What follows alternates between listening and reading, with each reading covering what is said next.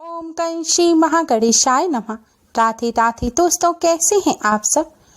दोस्तों, चैत्र मास की शुक्ल पक्ष की प्रतिपदा तिथि से चैत्र नवरात्रि शुरू हो जाते हैं। इस बार चैत्र नवरात्रि 2 अप्रैल दिन शनिवार को शुरू हो रही हैं और 10 अप्रैल को महानवमी और रामनवमी के साथ समाप्त होंगे। मान्यता है कि नवरात्र में आदि शक्ति माँ के 9 रूपों की पूजा करने से सभी तरह की समस्याएं दूर हो जाती हैं और जीवन में सुख शांति आती है। नवरात्र प्रारंभ होते ही घट स्थापना की जाती है। घट स्थापना करने से घर में सकारात्मकता का वास होता है और घर में खुशहाली आती है। घट स्थापना के बाद ही 9 दिनों तक माता की चौकी स्थापित की जाती है, जौ बोए जाते हैं और अखंड ज्योत जलाई जाती है। दोस्तों, आज की इस वीडियो में हम आपको नवरात्रि के प्रथम दिन घट स्थापना, माता की चौकी की स्थापना की पौराणिक और सही विधि बताएंगे, साथ ही इनके नियम भी बताएंगे। आज की इस वीडियो में यह भी जानेंगे कि नवरात्रि के दौरान माता रानी का पूजन रोजाना किस तरह करना चाहिए, जिससे आप सभी भी अपने घर में घट की स्थापना सही विधि से कर सकें। दोस्तों, घट स्थापना शुभ मुहूर्त में ही की जाती है। घट स्थापना प्रतिपदा तिथि के पहले 1/3 हिस्से में कर लेनी चाहिए। इसे कलश स्थापना भी कहते हैं। कलश को सुख समृद्धि ऐश्वर्य देने वाला तथा मंगलकारी माना जाता है। कलश के मुख में भगवान विष्णु, गले में भगवान रुद्र, मूल में ब्रह्मा जी तथा मध्य में देवी शक्ति का निवास माना जाता है। घट के ऊपर जो नारियल रखा जाता है उसे भगवान श्री गणेश का रूप माना जाता है। नवरात्रि के समय ब्रह्मांड में उपस्थित शक्तियों का घट में आवाहन करके उसे कार्यरत किया जाता है। इससे घर की सभी विपदादायक तरंगें नष्ट हो जाती हैं तथा घर में सुख शांति तथा समृद्धि बनी रहती है। घट में 9 दिनों तक समस्त देवी देवताओं के साथ साथ भगवान श्री गणेश, नवग्रह और नवदुर्गा माँ विराजमान रहती हैं। दोस्तों, नवरात्रि में पहले दिन ही घट की स्थापना की जाती है और व्रत पूजन शुरू किए जाते हैं। इस बार घट स्थापना का शुभ मुहूर्त है 2 अप्रैल की सुबह 6:10 से सुबह 8:31 तक और दूसरा शुभ मुहूर्त जो कि एक अभिजीत मुहूर्त है, यह है 2 अप्रैल की दोपहर 12 बजे से दोपहर 12:50 तक। घट स्थापना से पहले हम आपको बताते हैं कि घट स्थापना के लिए आवश्यक सामग्री क्या है, जिससे आप सभी वह सामग्री नवरात्रि से पहले ही ले आएं। घट स्थापना की आवश्यक सामग्री है जौ बोने के लिए एक मिट्टी का पात्र, यह बेदी कहलाता है। मिट्टी का पात्र आपको ऐसा लेना है जैसे पात्र में हम आटा मढ़ते हैं, जिसे परात कहते हैं, यानी कि चपटा पात्र लेना है। जौ बोने के लिए शुद्ध साफ की हुई मिट्टी में कंकर पत्थर ना हो। आप मिट्टी को हाथों से साफ कर लें या मोटी छलनी से छान भी सकते हैं। पात्र में बोने के लिए जौ ना मिले तो आप गेहूं भी ले सकते हैं। घट स्थापना करने के लिए मिट्टी का कलश मिट्टी का ना हो तो आप सोना, चांदी या तांबे का कलश ले सकते हैं। ध्यान रखें, इसके लिए आप स्टील का कलश ना लें। कलश में भरने के लिए शुद्ध जल और गंगा जल ना हो तो किसी भी तीर्थ का आप जल ले सकते हैं। रोली, मौली, इत्र व पूजा में काम आने वाली साबुत सुपारी, दूर्वा, कलश में रखने के लिए सिक्का, इसके लिए आप चांदी या सोने का सिक्का ले सकते हैं। चांदी या सोने का सिक्का ना हो तो आप सादा 1 रुपए का, 5 रुपए का सिक्का भी ले सकते हैं। पंचरत्न अगर ना हो तो कोई बात नहीं, आप सिर्फ सिक्का ले लें। पंचरत्न अगर लें तो हीरा, नीलम, पन्ना, माणक और मोती लें। अब आप अशोक या आम के 5 पत्ते लें। कलश ढकने के लिए मिट्टी या तांबे का ढक्कन लें। ढक्कन में रखने के लिए और पूजा के लिए साबुत चावल, एक पानी वाला जटा वाला नारियल, लाल कपड़ा, फूल माला, फल तथा मिठाई, धूप, दीप, लौंग का जोड़ा, कपूर और घी।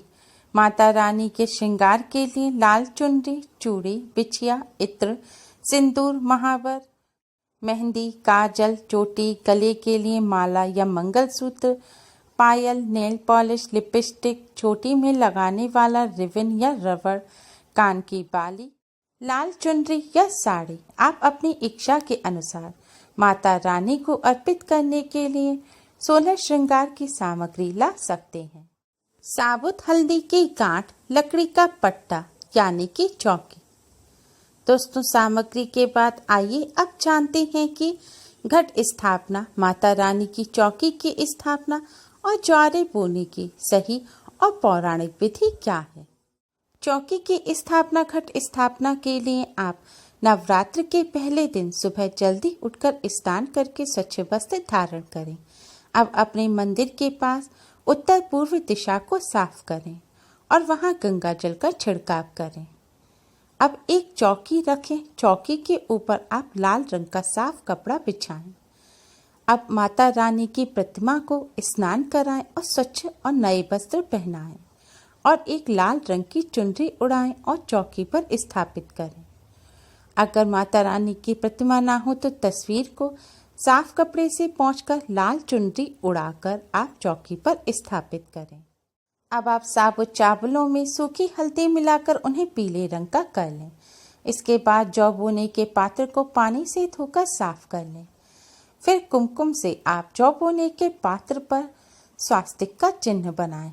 इसके बाद माता रानी के दाहिने यानी कि राइट हैंड की तरफ आप जमीन पर एक मुट्ठी चावल रखकर उसके ऊपर इस पात्र को रख दें। अब इसमें साफ की हुई मिट्टी डालें और पानी में भिगोए हुए जौ डालें और फिर से थोड़ी सी मिट्टी डाल दें। ध्यान रखें, आप इसके लिए अंकुरित जौ ना लें। अब कलश स्थापित करने के लिए आप एक साफ कलश लें, उसमें शुद्ध जल भरें। अब आप इस कलश के गले पर 3 बार कलावा लपेटें और एक गांठ लगाएं। कलावा आपको क्लॉकवाइज लपेटना है। ध्यान रखें, आप इसके लिए अंकुरित जौ ना लें।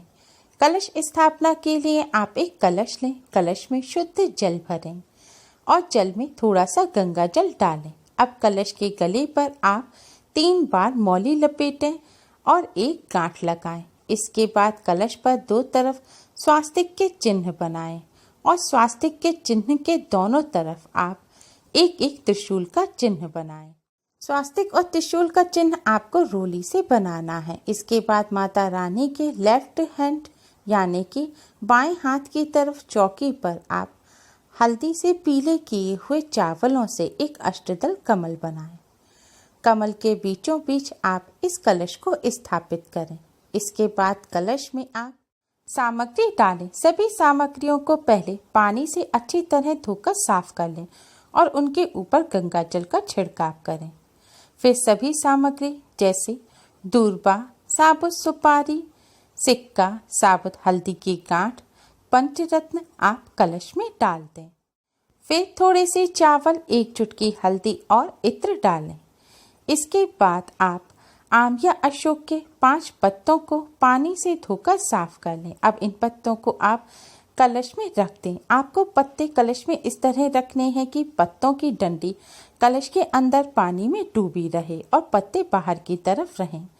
अब कलश के ऊपर आप मिट्टी का या तांबे का एक ढक्कन ढक दें। ढक्कन के ऊपर आप हल्दी से पीले किए हुए चावल रख दें। इसके बाद पानी वाला जटा वाला नारियल ने उसे पानी से धोकर साफ कर लें। अब नारियल को साफ लाल रंग के कपड़े में पूरी तरह से लपेट दें। इसके बाद नारियल के ऊपर आप 3 बार कलावा यानी कि मौली लपेटें और एक गांठ लगाएं। इसके बाद नारियल को चुनरी उड़ाएं और नारियल पर कुमकुम से तिलक करें। इसके बाद नारियल को आप कलश के ऊपर लिटाकर रखें। नारियल का गोल साइड आप अपनी तरफ करें और नुकीली साइड दूसरी तरफ करें। इस तरह कलश स्थापना संपूर्ण हुई। अब आप भगवान श्री गणेश को प्रणाम करें, नव दुर्गा माँ को प्रणाम करें, समस्त देवी देवताओं और नवग्रहों को प्रणाम करें और भगवान श्री गणेश के साथ नव दुर्गा माँ और समस्त देवी देवता नवग्रहों से आप आग्रह करें कि वह 9 दिन तक इस कलश में वास करें। अब आप कलश में विराजमान समस्त देवी देवताओं का पूजन करें। कलश के सामने एक शुद्ध घी का दिया जलाएं, एक सुगंधित धूप बत्ती जलाएं, हाथ में अक्षत और पुष्प लें और कलश पर अर्पित करें। इसके बाद कलश में विराजमान सभी देवी देवताओं को आप मिष्ठान और फल का भोग लगाएं।